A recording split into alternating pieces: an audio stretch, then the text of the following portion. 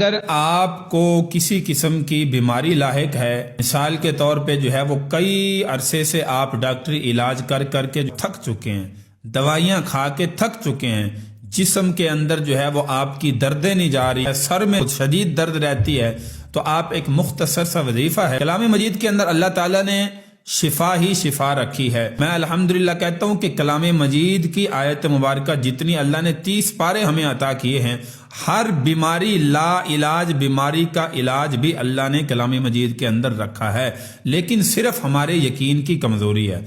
تو چھوٹی سی آیت مبارکہ ہے، بسم اللہ الرحمن الرحیم، وَبِالْحَقِّ أَنزَلْنَاهُ وَبِالْحَقِّ نَزَلَ وَمَا أَرْسَلْنَاكَ إِلَّا مُبَشِّرًا وَنَذِيرًا۔ صرف آپ نے یہ 3 دفعہ پڑھ کے یا 7 دفعہ پڑھ کے پانی پہ پھونک مارنا ہے اور اس مریض کو صبح شام یہ پڑھ کے پلائیں، انشاءاللہ چند دنوں میں وہ ہر قسم کی درد جو ہے وہ ختم ہو جائے گی۔